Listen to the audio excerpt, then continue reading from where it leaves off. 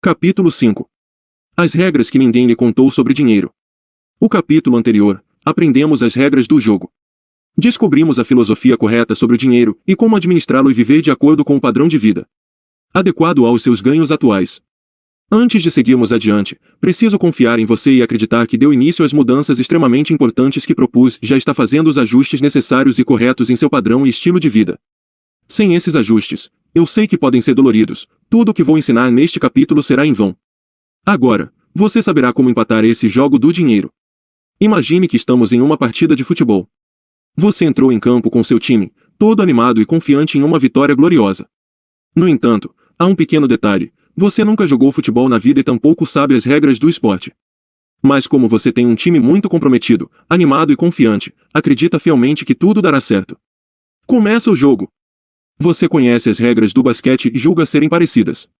Então, agarra a bola pelas mãos e sai correndo em direção ao gol do adversário. Pois é, você deve estar rindo e imaginando o que acontece nessa partida. O árbitro paralisa o jogo e lhe mostra um cartão amarelo.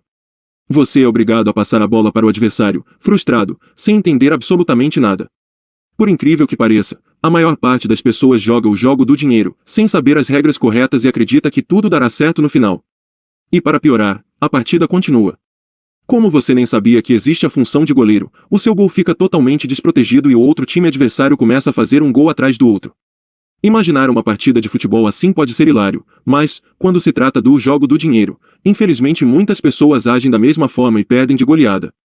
Na primeira parte do método, você aprendeu as regras do jogo, entendeu como lidar com o dinheiro, viver com padrão de vida correspondente aos seus ganhos e tomou algumas decisões críticas a respeito desse padrão.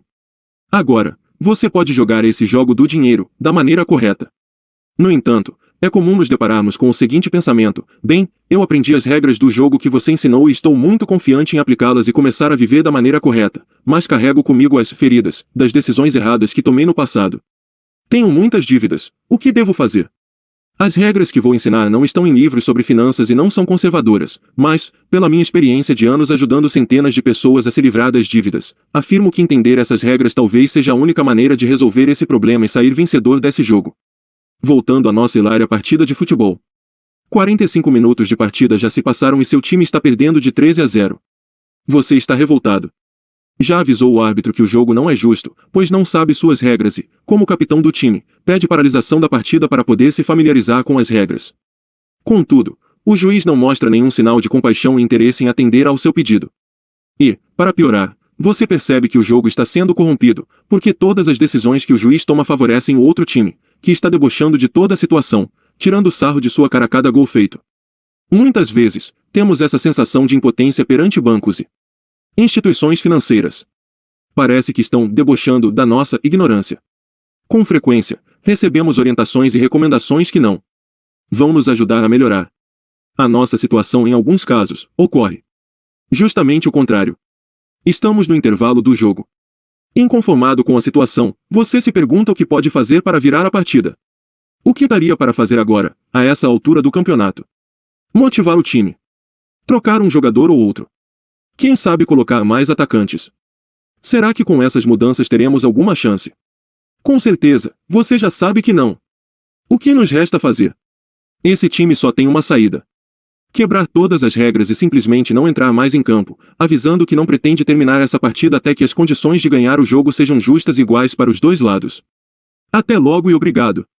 Essa atitude deve ter surpreendido e até mesmo chocado você. Mas aí eu pergunto, que outra opção temos? A outra alternativa: jogar com mais garra. Reclamar do juiz. Marcar mais. Eu, porém, afirmo que qualquer uma dessas atitudes nos levaria ao mesmo resultado, perda do jogo sem poder recorrer depois. Continuar jogando significa aceitar as regras do jogo impostas por eles. Significa aceitar saber antecipadamente que a derrota é certa. Aceitar que seremos perdedores.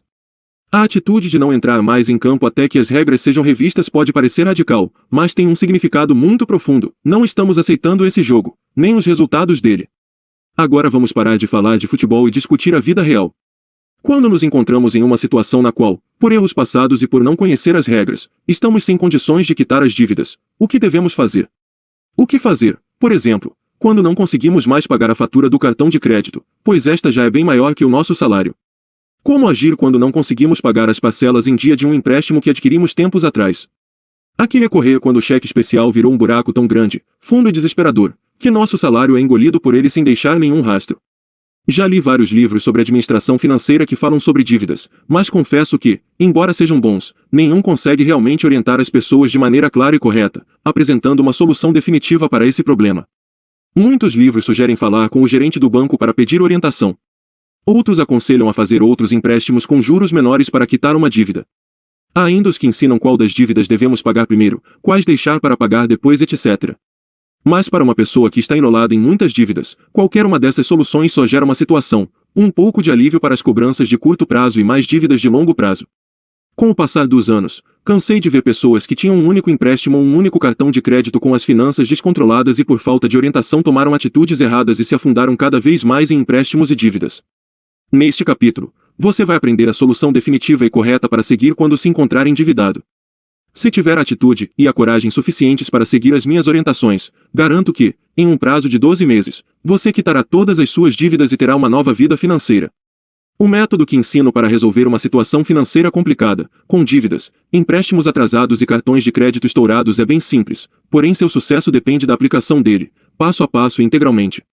Está preparado para corrigir sua vida financeira de uma vez por todas? Então, vamos começar. O meu método inclui 4 pontos essenciais que vão lhe permitir resolver qualquer dívida. Entretanto, antes de continuarmos, quero fazer uma ressalva. O capítulo não foi escrito para ensinar a ser caloteiro nem como ser espertalhão, porque eu realmente não acredito que esse tipo de pessoa possa prosperar. Ele foi desenvolvido para ensinar as regras do jogo, e como vencê-lo, mesmo com erros financeiros do passado, mostrando que você não é obrigado a pagar juros abusivos ou pegar novos empréstimos, que multiplicam o valor real das dívidas. Estamos no Brasil, país onde os juros praticados legalmente pelos bancos são os mais altos do mundo. Não existe outro país no mundo com juros tão altos. Para você ter uma ideia, em Israel, onde eu nasci, nem a agiota tem coragem de cobrar juros tão altos assim. Por que os juros são tão altos no Brasil? Não existe justificativa técnica, econômica, política ou moral para a cobrança de taxas tão elevadas. Os bancos brasileiros cobram as maiores taxas de juros do mundo em cartão de crédito e cheque especial. A desculpa de sempre é a alta inadimplência. Afinal, a inadimplência no Brasil é realmente tão elevada assim? Um levantamento do Fundo Monetário Internacional, FMI, mostra que a relação entre empréstimos em atraso e crédito total no Brasil está dentro da média internacional. Logo, entende-se que não é uma questão de inadimplência elevada, mas há outros fatores e interesses relacionados. No Brasil, o sistema bancário não tem regras, cobra os juros que quer e da forma que quer. Por isso o spread bancário, diferença entre o que os bancos pagam na captação de recursos e o que cobram ao conceder um empréstimo para uma pessoa física ou jurídica, é o mais alto do mundo, 5 vezes maior que a média mundial. No Brasil, praticamente não existe concorrência no mercado bancário. Os 5 maiores bancos, 2 estatais e 3 privados, possuem aproximadamente 93% das contas correntes. E concentram 77% de todo o crédito no Brasil. Ou seja, mandam e desmandam no mercado. Não existe ou não se aplica limite de taxas de juros e os contratos de adesão são empurrados aos consumidores, que ficam sem chances de discuti-los. De fato, a concentração bancária com característica de cartel no Brasil já foi objeto de estudo 2 do FMI. A falta de concorrência causa falta de opção ao consumidor e facilita o acordo entre os gigantes financeiros para decidir quanto desejam ganhar e assim impor qualquer taxa de juros que julgarem justa. Gostaria de deixar para você as únicas regras que precisa saber para sair das dívidas. Nos parágrafos adiante, vou detalhar cada uma dessas orientações. Se seguidas à risca, podem acabar com qualquer dívida sua em no máximo 12 meses, não importa quão grave esteja a sua situação. 4 regras essenciais para sair das dívidas. 1. Nunca peça orientação para os funcionários do banco. 2. Parta para o tudo ou nada. 3. Um único empréstimo ficará sempre em apenas um único empréstimo. 4. Tenha controle emocional. Agora vamos detalhar ponto a ponto essas regras. 1. Nunca peça orientação para os funcionários do banco. É um dos erros mais comuns que pessoas endividadas cometem. Pedem orientação para os funcionários, acreditando que eles podem ajudá-las a resolver o problema. É uma atitude extremamente equivocada. Pensamos que eles têm conhecimentos verdadeiros e experiência para ajudar a resolver problemas financeiros.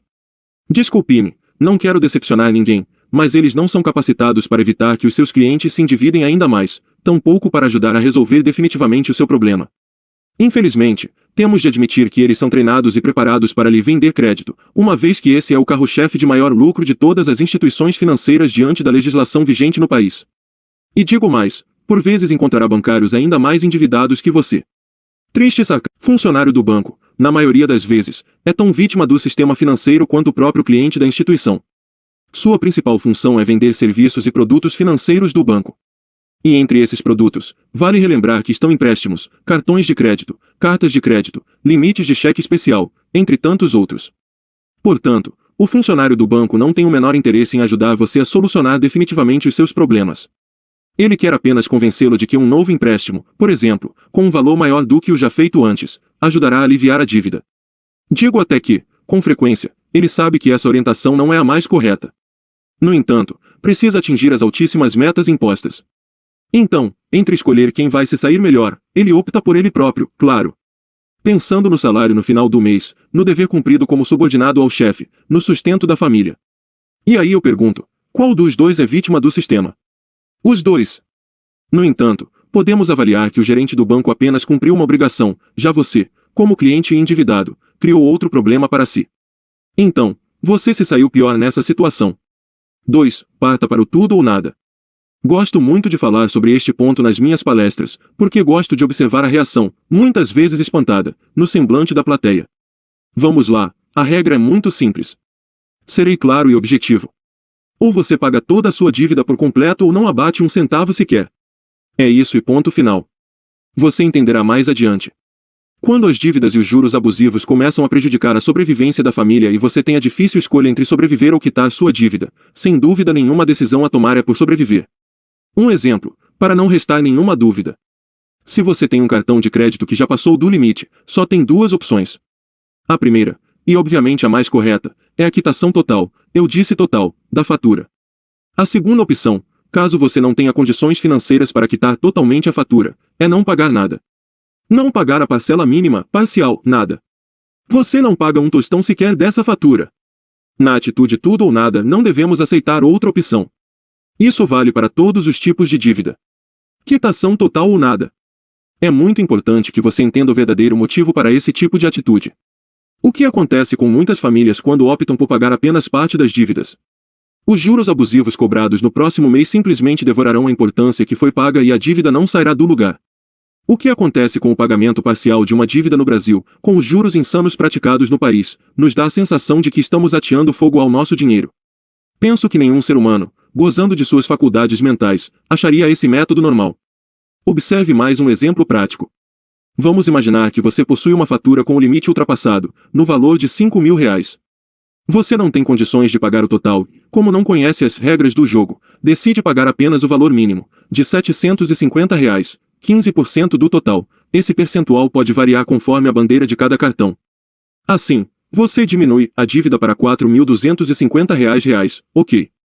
Em seguida, porém, o banco cobrará a taxa de juros do cartão, que hoje em dia varia entre 11% e 16% ao mês, somando os encargos e as multas que serão mais 3% sobre o valor restante. Assim, a fatura para o próximo mês terá praticamente o mesmo valor da anterior. Resumindo, você acabou de jogar no lixo aproximadamente R$ 750. Se insistir nesse pagamento mínimo durante o período de um ano, você enriquecerá o banco com a importância de R$ 9.000. Um dinheiro que deveria beneficiar e suprir as suas necessidades e as de sua família. E para piorar ainda mais a situação, no fim ainda continuará com a dívida da fatura inicialmente existente no valor dos mesmos R$ 5.000, ou até mais do que isso. É como diz o ditado, seria cômico se não fosse trágico. Quantas pessoas você conhece que usaram um cheque especial e, para não receber cobranças, fizeram depósitos parciais na conta, pensando que estavam evitando um agravamento do problema, e somente depois de um tempo descobriram que esses depósitos não só favoreceram a situação negativa de sua conta, como, ao contrário do que desejavam e imaginavam, aumentaram ainda mais a dívida. Assim entendemos o resultado do poder destrutivo dos juros abusivos no Brasil. Resumindo e enfatizando mais uma vez, tudo ou nada. Tenho certeza de que muitos de vocês devem estar pensando, o que eu mais queria era poder fazer isso, parar de pagar juros. Não estou aguentando mais pagar dívidas que parecem nunca ter fim. Eu gostaria de tomar essa atitude, mas tenho medo. Ressalva importante, meu intuito com este livro não é apenas ensinar a você qual caminho é necessário percorrer para sair das dívidas, mas também ajudá-lo e de alguma forma encorajá-lo a superar todos os medos do bicho-papão que existem em sua cabeça. Então vamos listar todos esses receios que até hoje impediram você de tomar a atitude correta para quitar as dívidas. Se eu parar de pagar as dívidas, o que acontecerá comigo? Vão sujar o meu nome. Devam bloquear os meus bens e tirar tudo o que eu tenho. C. Vou ser preso. Devam colocar cada vez mais juros e isso vai virar uma bola de neve. Vou esclarecer ponto a ponto e você entenderá que a estratégia eficaz e mais utilizada pelas instituições financeiras é a falta de conhecimento por parte dos clientes. Vão sujar o meu nome. Muitas pessoas boas e honestas não têm sossego enquanto não conseguem quitar as dívidas. Muitas vezes fazem novos empréstimos, mesmo sabendo que não terão condições de pagá-los e agravam cada vez mais a situação, tudo pelo medo de que, caso não paguem, o nome ficará negativado ou sujo. Permita-me a correção, mas o correto deveria ser nome protegido, levando um pouco de bom humor a essa triste e trágica situação. Afinal, com seu nome no SPC e no Serasa, seu acesso a crédito ficará limitado, ou seja, ficará impedido de tomar atitudes impensadas e cometer novos erros financeiros. Para falar a verdade, no caso de muita gente para quem prestei consultoria financeira, foi a melhor coisa que poderia ter acontecido naquele momento da vida. Faz todo sentido. Você não fará mais dívidas. Se quiser adquirir algo, terá de ser à vista. E, finalmente, quem sabe, aprenderá a controlar o orçamento e viver exatamente com aquilo que tem. A questão de ter o nome protegido, como eu prefiro chamar, significa que por um tempo seu nome vai constar em órgãos de restrição ao crédito como SPC e Serasa e você não poderá obter mais crédito no mercado, um acontecimento que no meu ponto de vista, repito, é algo extremamente positivo para muita gente, mesmo que a princípio o indivíduo não entenda e não aceite. O que muitas vezes está em jogo é o apelo emocional. Principalmente entre pessoas com idade mais avançada, por questão de honra e hombridade. Para essas pessoas, a vida se baseou nos princípios de que sempre devemos manter nossa palavra a qualquer custo e que sempre devemos honrar nossos compromissos. Pensam que essa atitude acabará com todo o seu aprendizado e lhes tirará todos os princípios pelos quais sempre zelaram, transformando-as em pessoas desonestas. Eu concordo, sim, que a nossa palavra dada e a nossa reputação são coisas muito importantes para ser humano, e devemos ter e manter nossos valores de honra, respeito, compromisso e lealdade. Mas o que devemos também considerar é que esses valores não estão sendo aplicados em ambos os lados. Observe como analiso a situação. Nas comunidades judaica e japonesa mais tradicionais, tudo é baseado na confiança absoluta em cada membro da comunidade. Quando alguém precisa de ajuda para começar um novo negócio ou por outra necessidade qualquer, a comunidade inteira se mobiliza e contribui emprestando dinheiro. E esse empréstimo é muitas vezes sem juros, sem contrato, apenas selado com a palavra e o aperto de mão entre as partes. Isso é o suficiente. A pessoa havia dado sua palavra de que devolveria o dinheiro emprestado na data combinada. No nosso caso, porém, observe que não se aplica essa mesma honra para o outro lado acordado. Você não concorda? Não é justo quando, por falta de opção, aderimos a um serviço ofertado, com regras, escondidas, e quando nos damos conta, já estamos endividados com uma instituição financeira que não se preocupa com honra e justiça em nenhum momento, apenas zela pelo lucro mais alto possível e o prioriza. Quando estamos jogando no outro time, as regras mudam.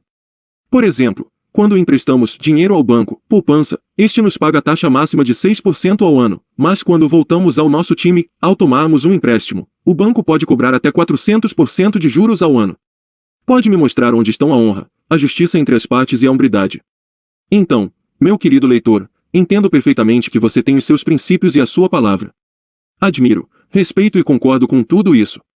Contudo, neste caso, mais uma vez repito, isso não se aplica igualmente para ambos os lados. Faremos de tudo sempre para honrar nosso nome e nossa palavra, mas neste momento precisamos fazer o certo e cuidar da sobrevivência da nossa família. Precisamos tomar as decisões corretas, raciocinar friamente, e ter a certeza de que somente dessa forma conseguiremos tomar a única decisão possível. Fique tranquilo, deixe que protejam seu nome se seguir passo a passo tudo o que está aprendendo aqui, garanto que não permanecerá assim por muito tempo. E esse tempo será de extrema importância para você organizar toda a sua vida financeira. Confie em mim. Vamos relembrar. Como já relatei, nos meus primeiros anos vivendo no Brasil, minha situação financeira não era muito boa. Além do mais, por falta de conhecimento também tomei algumas decisões financeiras muito erradas e meu nome ficou protegido, durante algum tempo. Não tinha acesso a talões de cheques, nem a cartões de crédito. É uma situação que não permite algumas comodidades do dia a dia, porém, se analisar a situação por outro ângulo, é uma ótima época para aprender a trabalhar com o próprio, único e real dinheiro que possui naquele momento. Todas as suas compras passam a ser adquiridas com dinheiro à vista, como deveriam ter sido o tempo todo, mas nunca ninguém nos explicou essa regra. Em relação ao tempo que o nome pode ficar negativado no SPC e no Serasa, alguns funcionários de empresas de cobrança, bancos e financeiras informam, erroneamente, que não há mais a prescrição em relação às dívidas e ao cadastro no SPC e no Serasa, e que o nome pode permanecer por tempo indeterminado. Essa informação não procede. O novo Código Civil é claro quando afirma, no artigo 206, Quinto, que o direito de cobrança de dívidas prescreve no prazo de 5 anos. Após esse período, a contar da data de vencimento da... Portanto, se firmamos novo acordo de renegociação, a dívida anterior é extinta e, automaticamente, passa a valer uma nova dívida. No caso, o nome do devedor deve ser retirado dos cadastros negativos após o pagamento da primeira parcela. O que ocorre é que se você tinha uma dívida, mesmo que ela fosse vendida ou cedida para outras empresas de cobranças, o prazo de 5 anos para a prescrição da dívida será mantido. Apesar de o meu método ensinar a quitar as dívidas em 1 ano, compartilho essas informações para esclarecer que parte da força de negociação com as instituições financeiras vem do fato de que a restrição tem prazo de 5 anos, exceto dívidas ajuizadas, e isso é um dos grandes motivos pelo qual os credores tendem a renegociar a dívida o mais depressa possível, ou seja, saem das regras do jogo, e você não. Devam bloquear os meus bens e tirar tudo o que eu tenho. Novamente, o banco se aproveita da nossa falta de conhecimento. As pessoas temem que o banco tome todos os bens que adquiriram ao longo da vida. Então esclareço também esse ponto para entrarem no jogo mais confiantes e tranquilos. Caso o banco resolva abrir um processo judicial contra você, chance mínima de isso acontecer, a casa em que você e sua família moram é impenhorável, bens de família, não importa o valor do imóvel nem o da dívida. Automóvel e dinheiro em conta corrente ou poupança somente serão penhorados ou bloqueados se ainda estiverem em seu nome. Na prática, bancos e outras instituições financeiras não costumam entrar com ações de cobrança judicial, apenas para casos em que há um bem financiado, por exemplo, automóvel, máquina, etc. E, no caso de grandes dívidas, costumam optar pela ação de cobrança judicial quando já levantaram a informação e estão certos de que o devedor tem posses ou bens para custear a dívida. Não seria pertinente que as instituições financeiras tivessem de entrar com ações de cobrança judicial contra cada uma das pessoas que devem. Tenha certeza que são dezenas de milhões de pessoas. Seria o caos e certamente reduziriam em muito sua margem de lucro, pois teriam de arcar com despesas de advogados e custos processuais, valores pagos para ações do tipo. Esses valores seriam verdadeiras fortunas, pois grande parte dos devedores não tem condições e bens para pagar a dívida, e, mesmo que tivessem, não compensa aos credores arrecadar bens para levar a leilão e cumprir com toda a burocracia da justiça, a qual pode levar anos para ser solucionada. Portanto, a conduta adotada por parte das instituições financeiras é levar o nome do devedor ao SPC e tentar infernizar sua vida com empresas de cobrança que, com ligações e outros meios de comunicação, fazem ameaças psicológicas, e no fim, tentam renegociar e receber o máximo possível do credor, somente isso. C. Vou ser preso. Dever não é crime, desde que a pessoa não tenha contraído a dívida já premeditando não pagá-la, pois nesse caso é estelionato, ainda mais quando a dívida originou-se da cobrança de juros, multas e outros encargos absurdos e o devedor já não consegue mais cumprir com seus compromissos pessoais e familiares. No Brasil, os municípios devem ao Estado, o Estado deve ao governo federal e o governo federal deve para o mundo todo. A dívida pública federal está hoje por volta de 2,9 trilhões de reais. E, desculpe-me pela minha sinceridade, não vejo nenhum servidor público perdendo o sono por isso. No Brasil, você só será preso por dívida em uma única ocasião, caso não pague pensão alimentícia. Por qualquer outra dívida você não será preso em hipótese alguma. Você deve estar ciente de que não ficou devendo porque quis, mas porque teve de fazer a escolha entre pagar juros absurdos ou colocar alimento na mesa. Você não será preso por dever. Os credores têm o direito de cobrança, ligar, mandar cartas, mas o direito deles vai até onde começa o seu. Portanto, cobranças abusivas, que começam a incomodar, em locais e horários impróprios e que proporcionam vulnerabilidade moral não são permitidas e você deve buscar seus direitos judiciais. Sendo até mesmo possível, acionar direitos morais, se for o caso. Devam colocar cada vez mais juros e isso vai virar uma bola de neve. Esse é um dos maiores medos dos endividados quando aconselho a parar de tentar renegociação. Temem que os juros aumentem ainda mais a dívida, mês após mês, incontrolavelmente. Vamos esclarecer mais um ponto importantíssimo de como as coisas realmente funcionam na prática. Quando tentar negociar com o gerente do banco e questioná-lo sobre o que acontece se parar de pagar a dívida renegociada, a resposta dele certamente será de que cobrarão juros sobre juros, mês após mês, até a data da efetiva quitação integral. Ele também vai afirmar que não tem limite de prazo nem de valor de quanto a dívida poderá crescer. Isso é verdade, na teoria. As informações que vou passar são difíceis de obter em outro lugar, mas qualquer gerente de banco com conhecimento de causa e boa vontade pode confirmá-las. Vamos imaginar que o seu cartão de crédito está com o limite ultrapassado e você não tem a mínima condição de quitar a fatura integralmente. Assim, a única opção é parar de pagá-lo. Na prática, o banco cobrará juros sobre juros apenas nos primeiros 6 meses. A fim de intimidá-lo, o banco pode apresentar faturas futuras com valores mais altos do que os primeiros 6 meses anteriores, mas o que vale realmente são os valores dos primeiros 6 meses. Isso ocorre por conta da PDD, Provisão para Devedores Duvidosos. Importante ressaltar, o banco só vai parar de atribuir juros 6 meses após você parar de pagar qualquer valor. Se durante esse tempo, você insistir em tentar renegociar ou pagar o mínimo, todas essas informações que passo são inválidas. As regras dos 6 meses só funcionam a partir do momento em que você parou de pagar. E é importante que o processo ocorra exatamente assim, porque o banco negocia com quem não está pagando. Se você paga algum valor da dívida, o banco entende que você está concordando com a prática de cobrança.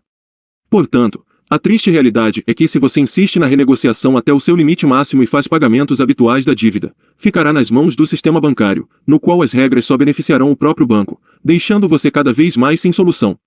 Vamos esclarecer também como funciona o sistema bancário. Alguns aspectos mudam de um banco para outro, mas o sistema possui um funcionamento geral comum a todas as instituições. A partir do momento em que o banco percebe a inadimplência do cliente, começa um processo agressivo de cobranças, que vou relatar a seguir. Nessa hora, o objetivo final do banco muda. Em vez de querer obter ganhos com juros abusivos, passa a querer apenas recuperar o valor que verdadeiramente forneceu. Desse modo, qualquer valor que o banco conseguir será apenas um bônus nesse momento.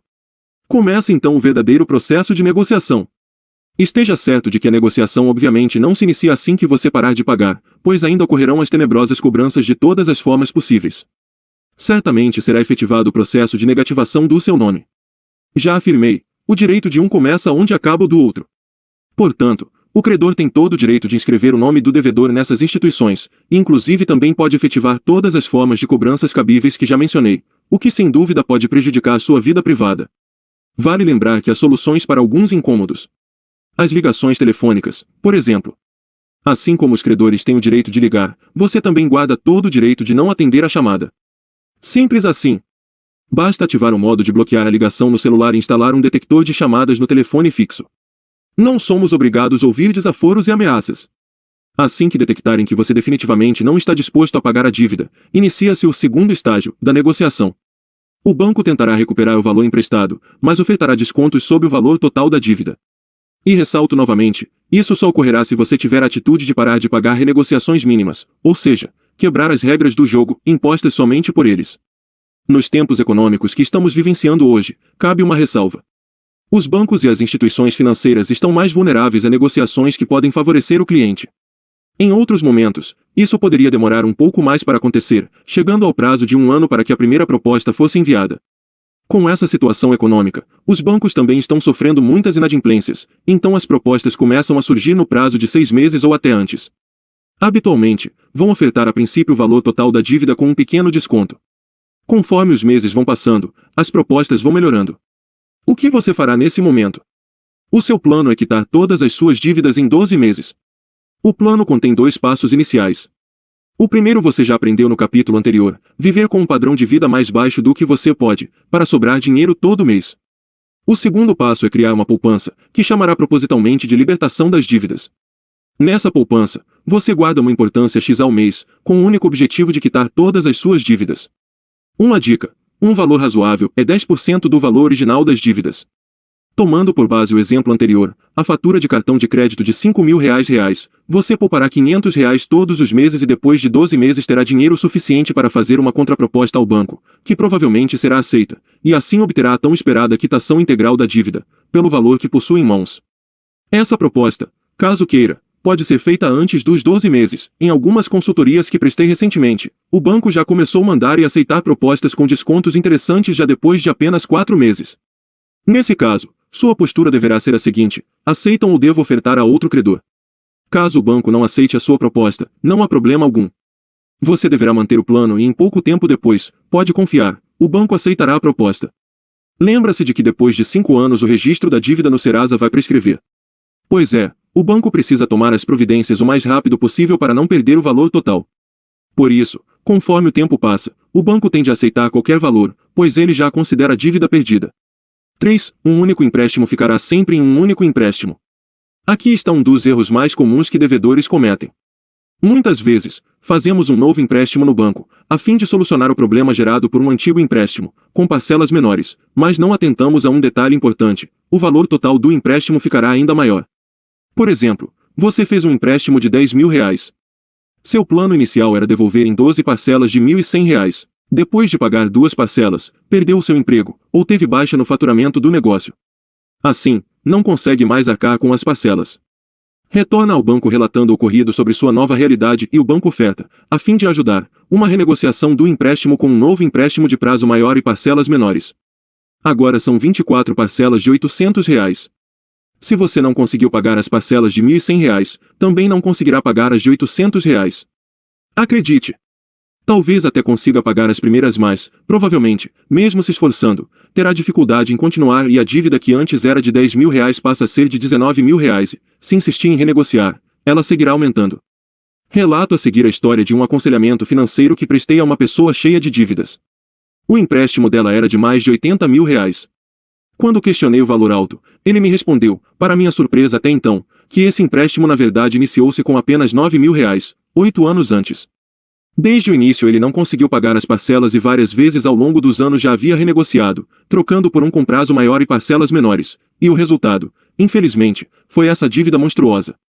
E o triste é que todo o esforço para pagar foi em vão, pois ele não tinha mais condições de continuar pagando as parcelas, e o que ele tentava evitar o tempo todo era o seu nome ser negativado, o que de fato aconteceu, porém com um agravante. Em vez de a dívida ser de R$ 9.000, o valor original e que poderia depois de um ano ter sido negociado e quitado, ele enfrentou uma negociação de 8 anos, perdeu milhares de reais e a dívida aumentou. Seu nome foi negativado, mas com o valor de R$ 80.000. Para sair do buraco, primeiro é preciso parar de cavar. Então, a regra é muito simples, e repito, se você fez um empréstimo e não tem condições de pagá-lo, seja qual for o motivo, nunca faça um novo empréstimo para pagar o primeiro. Seja honesto consigo mesmo e assuma que não tem condições de pagar, arque com as consequências e comece a poupar para simplesmente quitar o empréstimo de uma única vez. No caso da história acima, se a minha filosofia tivesse sido adotada, se a pessoa soubesse o caminho correto e conhecesse as regras do jogo, jamais renegociaria a dívida e, sem dúvida, manteria o valor inicial emprestado. No prazo de 12 meses já estaria com a dívida quitada, livrando-se do incômodo.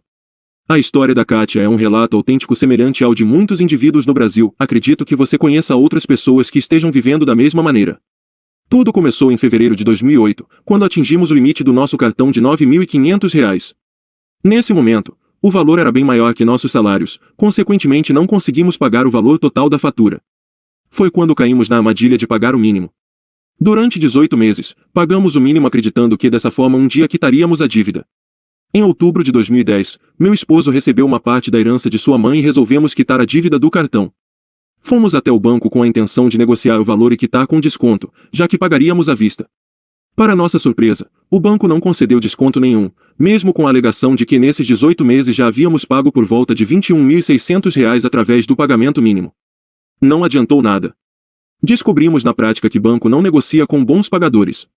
Começamos o que eu pensava ser uma nova página em nossas vidas, limites liberados e marido ganhando razoavelmente bem na época. E assim voltamos aos velhos e maus hábitos de consumo. Em apenas 3 meses, estourei o limite do cartão outra vez. Estava devendo R$ 9.000 no cartão e voltamos a pagar o mínimo por mais 6 meses. Nesses meses, pagamos o mínimo, que totalizou R$ 9.450, mais do que a dívida original. A partir do 7º mês, não conseguimos arcar com mais nada, nem as contas da casa. Sem enxergar outra saída, começamos a utilizar o cheque especial para pagar as contas básicas. Por medo de perder totalmente o controle, resolvemos financiar o cartão. Resultado, dívida com o dobro do tamanho. O pior não foi aumentar a nossa dívida, e sim, no 2º mês já não conseguirmos pagar o novo financiamento, mas dessa vez o valor estava bem maior. Ao longo desse período, participei de um treinamento sobre administração financeira com Ben Ruel. Ele ensinou que a única maneira de resolver essas dívidas seria com a atitude do tudo ou nada. Sinceramente, quando ouvi aquilo, fiquei horrorizada. Naquela época, nossa crença era de que não podíamos deixar o nosso nome sujar, que tínhamos de ser honestos a qualquer custo e pagar as nossas dívidas. Dai a César o que é de César, e a Deus o que é de Deus, era o nosso lema, jamais menosprezando a palavra de Deus. Em questão de 4 anos, as dívidas chegaram ao valor de R$ 86.000 no cartão e de R$ 34.000 no cheque especial. Nesse momento, percebemos que não havia outra saída, ou aceitaríamos os ensinamentos do bem e aprenderíamos as regras do jogo ou não sei aonde essa dívida poderia chegar. E foi assim. Paramos de tentar pagar ou negociar com os bancos e aconteceu exatamente o que Ben ensinou. Os bancos, ao perceberem que não estávamos dispostos a pagar mais nada, começaram, após 6 meses, a mandar propostas para quitar as dívidas com descontos cada vez maiores. Deixamos as propostas virem até que, 2 anos depois, a última proposta era bem atrativa. Conseguimos quitar a dívida do cartão pagando somente R$ 5.000 e a dívida do cheque especial ficou por R$ 2.500. Hoje em dia, optamos por não utilizar mais o cartão de crédito, nem o limite especial, em nossas contas. Aprendemos a usar o dinheiro à vista se queremos comprar algo, poupamos. 4. Tenha controle emocional. Quando nos encontramos em uma situação de endividamento, é muito difícil controlar o emocional. Problemas com dinheiro ferem nosso orgulho, abalam nosso ego. Nós nos sentimos fracassados e passamos a questionar: como cheguei a esse ponto? Já presenciei pessoas com problemas financeiros desanimadas, sem disposição para o trabalho, sem vontade de viver. Indivíduos que ficaram doentes porque estavam atolados em dívidas e já não viam mais a luz no fim do túnel. Claro que ninguém é parabenizado por estar com dívidas, mas caso você esteja endividado, devo dizer, não seja tão duro consigo. No mundo de hoje, onde o apelo ao consumo é muito forte, é muito fácil nos distrairmos e perder o controle da situação, cometendo erros financeiros. Você não está nessa situação porque quis, mas, sim, porque tomou várias decisões erradas. Levante a cabeça. Você não é um fracassado. É apenas um ser humano, passível de erros. Reflita. Não crie novos problemas. Muitas vezes vejo discussões familiares e problemas conjugais decorrentes de questões financeiras. Não permita que as finanças causem novos transtornos. Errar é humano. No entanto, persistir no erro é burrice. Então, a partir de agora, não há mais desculpas. Aplique tudo o que aprendeu neste livro e resolva a sua situação de uma vez por todas. E jamais cometa os mesmos erros. Muitas pessoas com problemas financeiros ficam noites sem dormir. Aí eu digo, quem não deveria dormir é quem não está recebendo, não você. Encare a vida com bom humor. Isso ameniza várias situações. Confie em mim. O controle emocional será fundamental para você conseguir seguir passo a passo o que aprendeu anteriormente neste livro. A coragem e a determinação virão do seu controle emocional, tenha certeza. Manter suas decisões, independentemente das circunstâncias e das opiniões, pois elas virão, fará com que permaneça firme e convicto nas suas escolhas até o fim. Se no primeiro desconforto, como cobranças, por exemplo, você fraquejar, meus ensinamentos não vão valer muito. Observo muitas pessoas com medo de expor a vida financeira que fazem qualquer coisa apenas para continuar mantendo as falsas aparências por mais algum tempo. Insistir em não se desfazer de bens, por exemplo, é uma delas. Continuam mantendo o mesmo padrão de vida falso, elevado, que nunca foi compatível com os seus ganhos verdadeiros. Essas pessoas precisarão entender, de uma vez por todas, que para solucionar suas dívidas, é preciso estarem dispostas e determinadas a manterem sua decisão e postura até o final. E eu garanto que, em pouco tempo, terão vida nova.